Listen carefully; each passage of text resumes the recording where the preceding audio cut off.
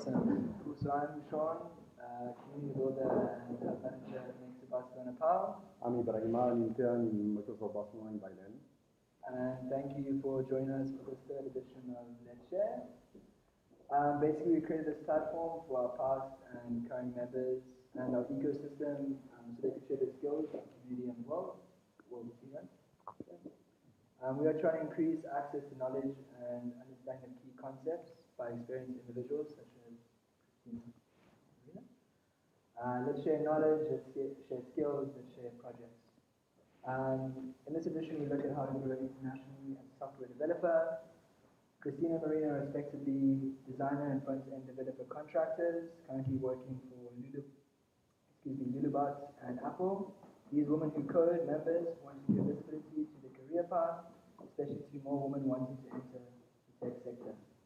And lastly, just to remind you guys, this is not a Q&A platform, so feel free to ask a question. And if you're joining us live on YouTube, please post the question in the comment section and we'll respond to them at the end. Awesome. So without further ado. Hello. So thanks so much for having us.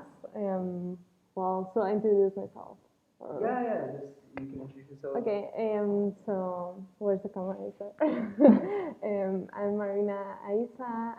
I work as a front-end developer contractor for Apple, and have been working for Apple already for around 9 months. I just want to share my story with you.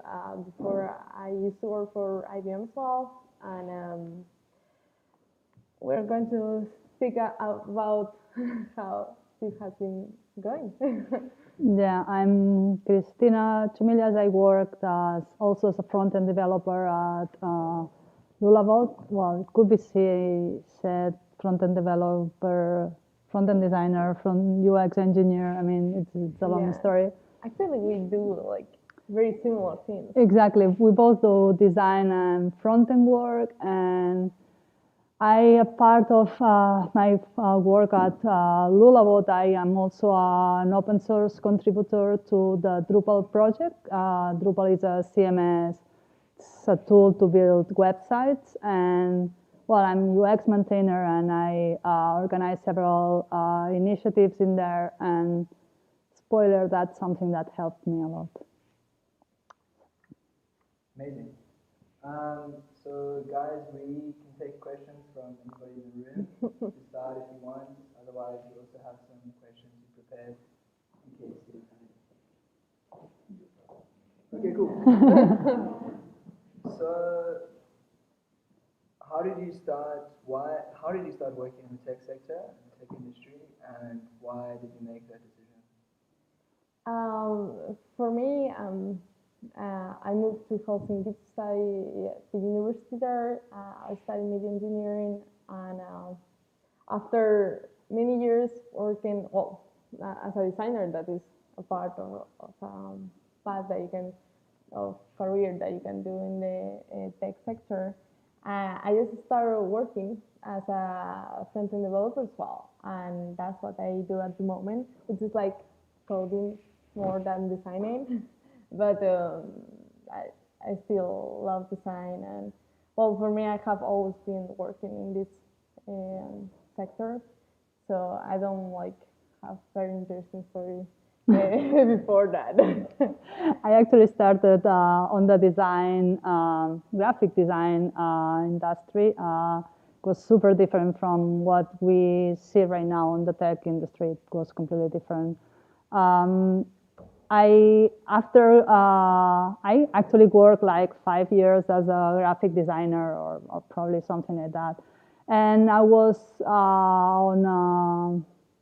I really wanted to start my own thing. I became freelance, and I realized that I had to do my own designs. I had to create as a website my own designs, and I was like, oops, I need to learn how to program, how to do anything. And actually, I took a few 1 or 2 weeks classes about development, and they told me about this tool that you don't have to program anything, and you can create a website, which is Drupal or WordPress or something like that. And when I started there, a few things were a little bit complicated, and I decided that I wanted to know more people that really needed, that they were working day to day with that, and that's when I started to getting involved with the Drupal community and the people that were working on that.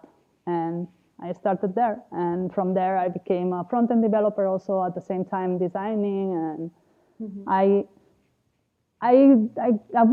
would say that the movement from one point to being a graphic designer to a front-end developer was like smooth. It wasn't like something that I decided and happened. It's just that more a result of the needs at the moment. It felt natural. Yeah, just same for me.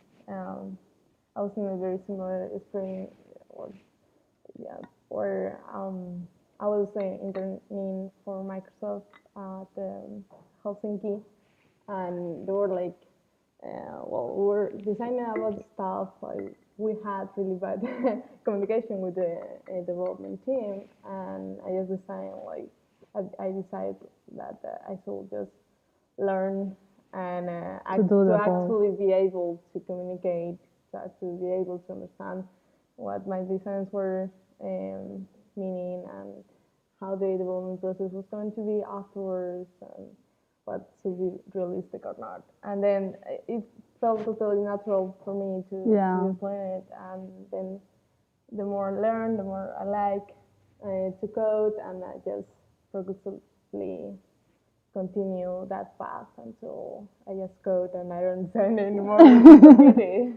Yeah, that's something that if you started somewhere, you always want to keep doing something that is related to what you actually have done for the past years. I mean, I don't want to stop designing because I became a front-end developer. I want to do both things. I want to take the most of the two goals that I've been working on, and my experience on one side helps me also on the other one. So I think it's important. Yes, true. It's very interesting that you both talking about learning, because my next question is about this. So do I need a specific professional education and training to get into the tech industry? That's a really, that's mine. Okay. No. Well, I mean, you obviously have to learn. You have to refresh your knowledge, or you really need to start digging into it depends on what's your background. I mean, if you come from, what's your background? Marketing. So if you come from marketing, you're going to start looking for something that is more related to that. I mean, there are a lot of tools that might help you automate a lot of things, or you can actually get involved on that things. If you do something else, you can just start picking something that is close to that. And obviously, you really need to understand the tech industry, but you don't really need a computer science degree to get involved into that. I mean, there are a lot of courses like Hack, or even on internet you can learn something. There are so many like free courses on the internet, and you can even learn by yourself just by doing. And that's what actually I learned. Yeah. So I didn't do any course about it. In my case, I studied media engineering degree in Helsinki and Hong Kong, but I actually never, like, everything that I learned on the degree was like totally different from what I do nowadays. So it's like everything that I work on, I just learn 100% on the internet and by just working on it. So I encourage everyone to don't be afraid of, even if you have university degrees, like they're just a paper. It's just a paper for me. I mean, obviously you get a lot of background if you have a computer science background, but you really don't need to be a programmer, like the typical programmer that everybody has on their minds, like, oh, I'm going to go to the tech industry. I want to be that profile. I mean, the tech industry has changed a lot in the last years. There are so many different paths that you can take on the tech industry that you really don't need to be a programmer to get into that. So, and honestly, nowadays, an engineering background is not needed at all for a front-end position. For a front-end, no. I mean, obviously there are other. I mean, I'm not saying it's not needed. Obviously, like, it depends on the field. Yeah, if you don't need backend or that science stuff, it's going to help, but it's not mandatory at all. And I'm the first one who has studied. I'm like, well, I don't think I will even do it again. Yeah, not having that shouldn't be a problem. So not having that shouldn't be an excuse to not trying. Like, obviously, if you have that, I mean, the doors that you have open probably are different. Probably it's something that you already like. So. Just that people should not be afraid of that. So if I want to do it, I have to go for it. Well, yes. I mean, probably it's something that can come natural. It probably doesn't need to be something that you have to force. It's probably that. I don't know. It just depends on what people wants to do. Like, I think it gives a great background. It's like not mandatory as in other careers, professional careers.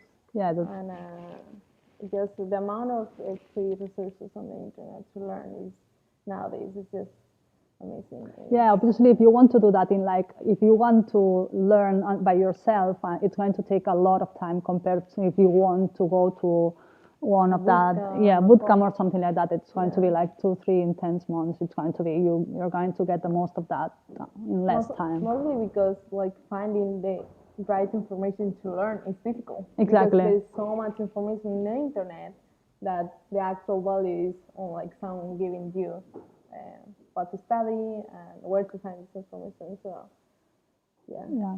I mean, it's still something. I mean, it depends on the path that you want to take. It's just that it shouldn't be a stopper, not having it or not starting it. It's just. And also, if you're afraid of like, so I get a university degree because, like, having like a degree is going to someone ask me about the degree or education. That's not going to happen. Like, well, it depends on the field, but obviously it's not necessary. Not in the front on our side. Yeah, way more important. I've never had to show it to anybody. Yeah, me either. So. And if I don't want to code at all, like, is there still a place for me in the tech industry? Like, are there other roles that I can do? There's a lot of stuff. Yeah, probably from the team that I work on, we are probably 30 people, and developers, or with background, even background development, it's only 10.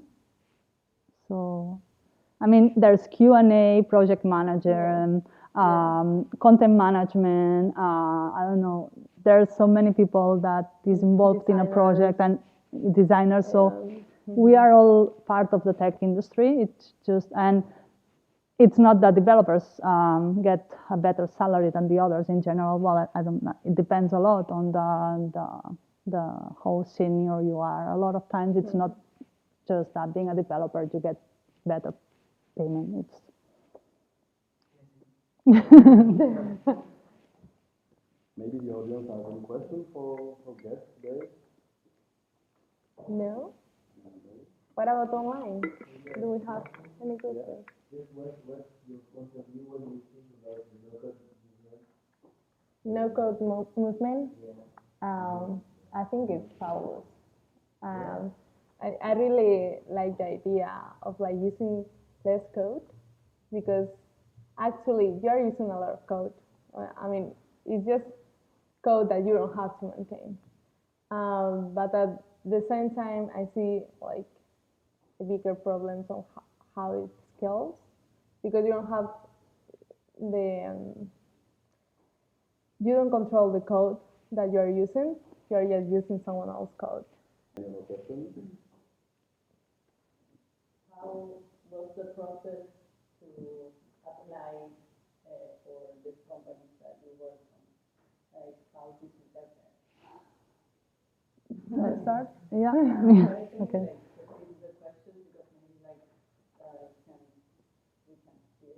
Okay, cool. So how we did apply to get into the companies that we are right now? I actually didn't. Well, so the thing is that for me, the key of being able to work abroad, to work outside Spain or even Europe, it was getting involved into the tech community, especially my community. Going into events, knowing a lot of people, getting a lot of contacts. We could say networking after all, but also something that actually I think made a huge change is giving sessions into events, being known, and as you said, creating a brand, probably. Yeah, a professional brand. Yeah, that people knows me. Then this way, I really didn't have to go through the whole process of an interview, well, several interviews, technical interview or anything, because they already knew what I did, what I was able to do. I mean, I worked for them for a while. They saw how I did. So I really didn't have to go through that process. That's something that I think it's completely different on the tech industry from other industries, because you have a different path to get into jobs, because you can do a lot of network. Well, no, obviously not right now, going to events and real events, but getting to know a lot of people, making contacts on events, meeting the right people, and actually presenting. For me, it was the thing that opened me most of the doors. And actually the international ones, because I started traveling around. And sometimes if you travel, they even pay for your expenses for traveling. And I don't know, just traveling abroad, well, you know that also, yeah. Yeah, I totally agree on the professional brand.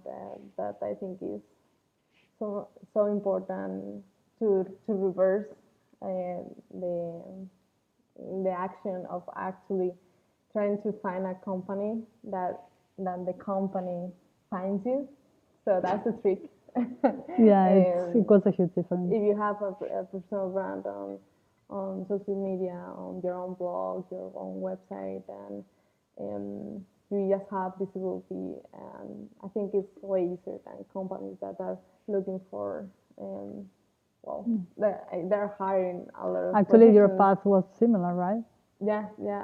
For me, last year I started working for IBM as a contractor remotely in New York, but I was working in Barcelona, and so IBM, the company was there, but I was traveling for work, and they just hire me because actually they contact me. I mean, they want to hire me. Of course, I did a whole process of like interviews, a technical test, but it was way easier. If the company is interested in hiring you, that you Than the you're other way interested around. on like being hired. So the key here is just to reverse the action, and that's mainly done by having a strong professional brand, and that's why it is important. And now that they work for Apple, well, that was a fun story. I actually, who is my current boss at Apple, he tweeted that he was looking for contractors, and like in the same technologies I work on, front-end developers, and I just sent him a message like, hey, I will be interested. And a lot of people retweet, a lot of people like tweet. It was like a big fan. I was like, why not to Let's try out? it, no? Yeah. Of course, I did the whole process of interviews, technical tests and stuff, but here I am. it work out.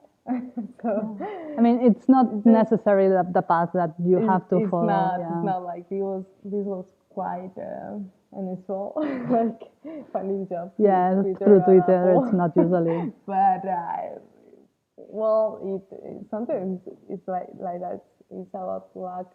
But if you don't want to rely on luck, having a strong personal brand is the key. Yeah, it's not the only way. Not everybody is like. Not everybody wants to put themselves on public, and I know a lot of friends on the sector. They just do things in a completely different way.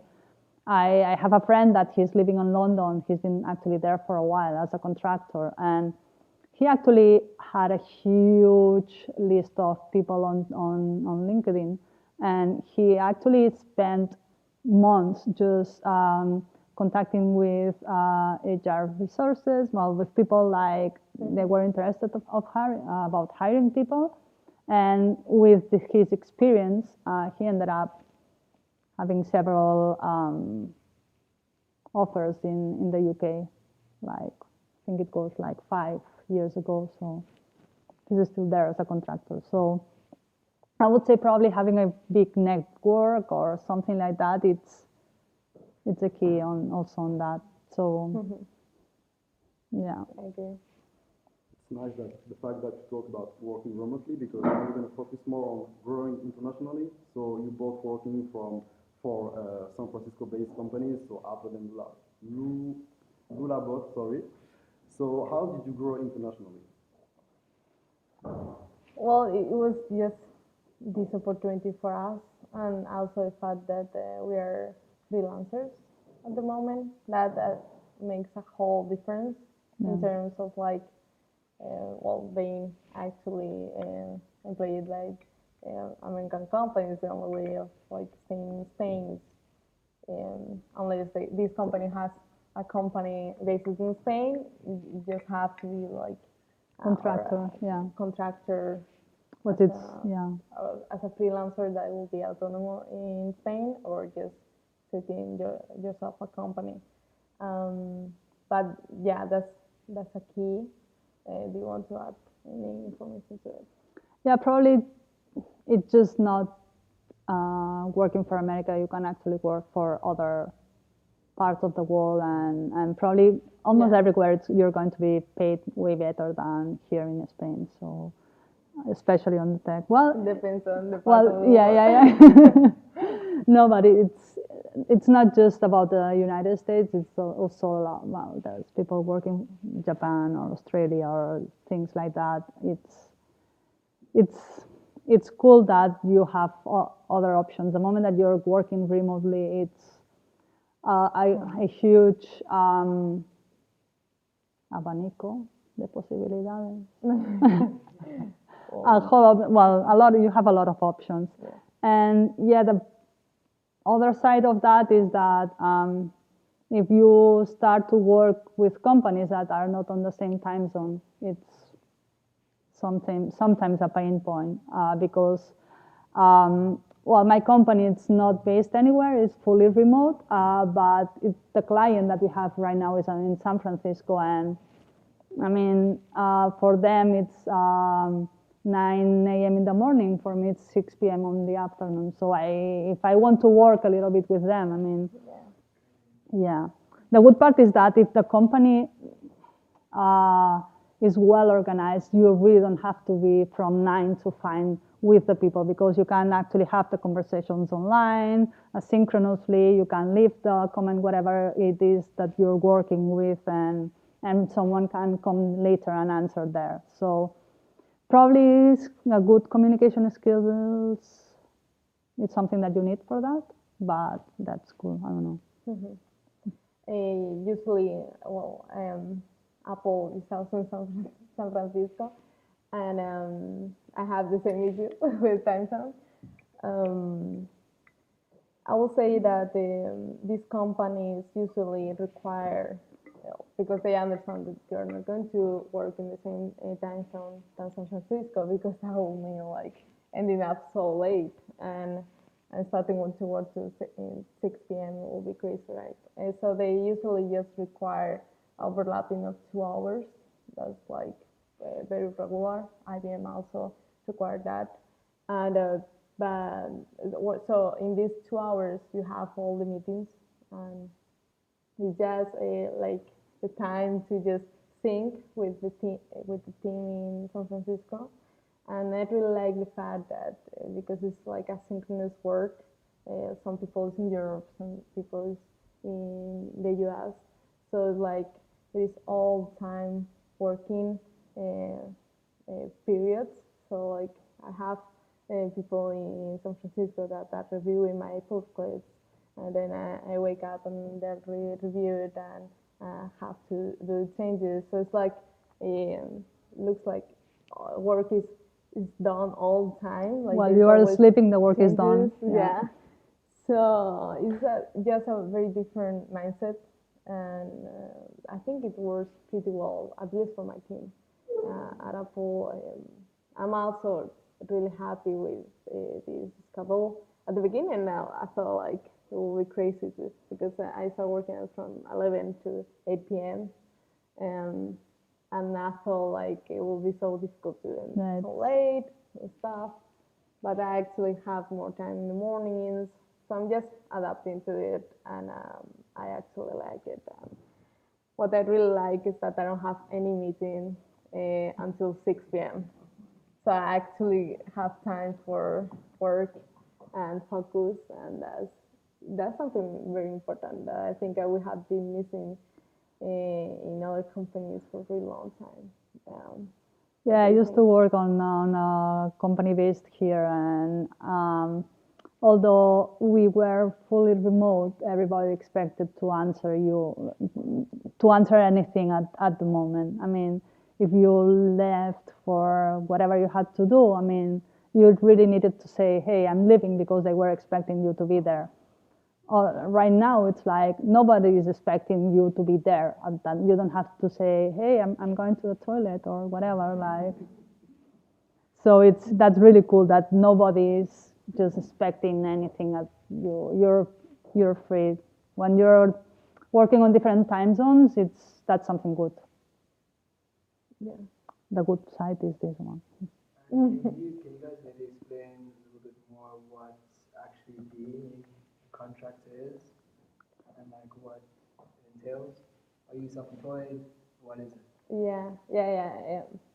It's just the same as being a freelancer, but in terms of contractors, I would say that it's closer to what an employee is in terms of like having access to communications from team and like contracts that are long term and are regular. So it feels like a freelancer is kind of like someone who is more out of the team, like external part of the team, but contractors are usually like people who is like. So are you contracting for specific projects, or?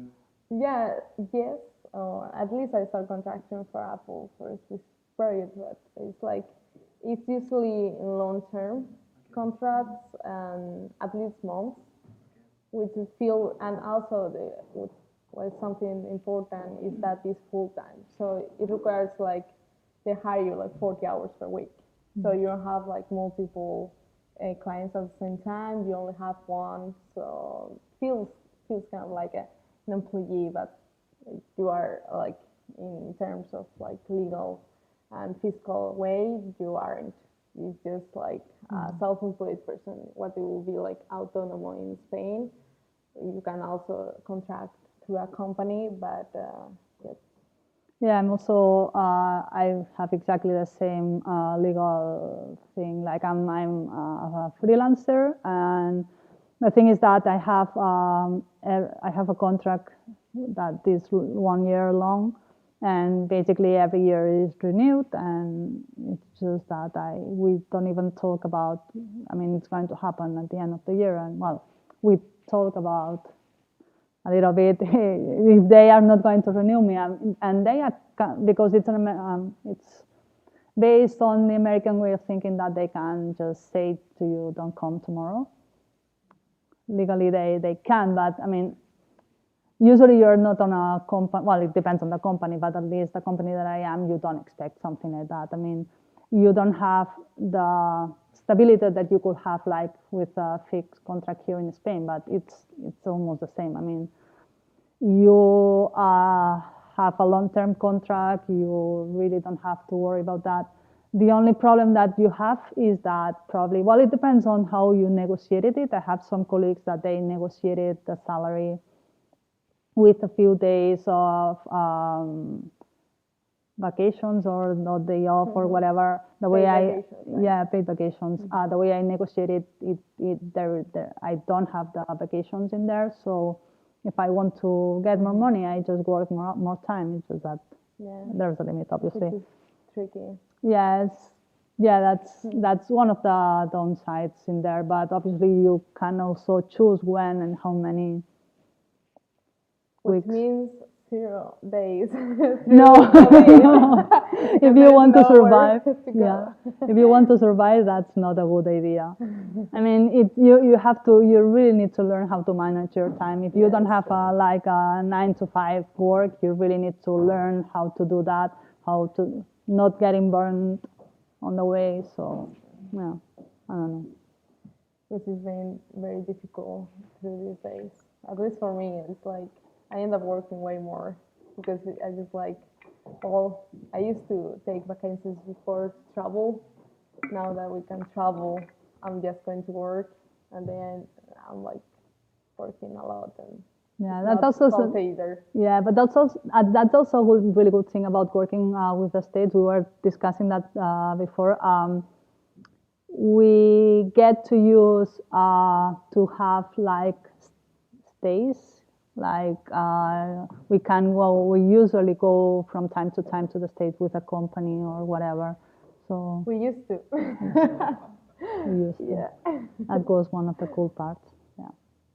Yeah. So you talked about it briefly, but what are the risks of being self-employed? Like, is it only the contract? Is it something else? And can it be like managed? The reason for being self-employed when working for companies that are not based in Spain is because you need, when you do any economic activity in Spain, as any European country, you have to pay social security for that activity. Well, if the company that you are working for is not in Spain, that company is not going to pay social security for you as an employee. Usually companies pay around 25% of salary. And so legally you have to pay your own social security, which is in the first year it's like very deducted. So it's kind of like, I will say it's very easy to start as a freelancer in Spain. At least the first year, there is a lot of help from the government to just start. So yeah, that's the main reason. Like in legal terms, social security has to be paid. That's why the fiscal way is being self-employed.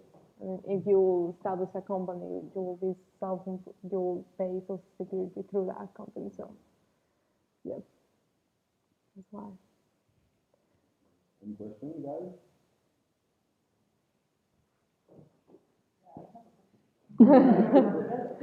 Which projects are you working on right now? Like, what are you doing? You want to start? I can tell. Well, Apple thing, but I just can tell the general what my team does in general. I work at Apple developer documentation, so the team that is under developer.apple.com. I'm the web maintainer of that page, but I really cannot tell anything else. Well, it's not very interesting though. It's just it's public pages that you can see, but yeah, I cannot go into details. The main business is signing contracts online. It's one of the biggest players on that sector, and It's like a huge company. It's DocuSign. I'm not sure if you've heard about that. It's a big company in there, and actually they are going to several. Well, they have offices in all over the world, and we are basically creating the website. But it's not that we're creating like homepage and who about us and something like that. It's a project that I think so far it's been more than 1 year, and we've just built one part of the website, so it's not a small thing. So yeah, basically that. For us so we are, the company is an agency that creates big projects, big web projects for companies, and basically when we finish one, we create another, and they set up another team, and depending who is available or the skills that they need, they create a new team, and then they do that. Any more questions? Do we have some questions on the online chat? So that's cool. Well, thank you so much. Thank you all for coming. And come to our next edition. It will be in January, hopefully. Hopefully. Follow us on Instagram. He's like.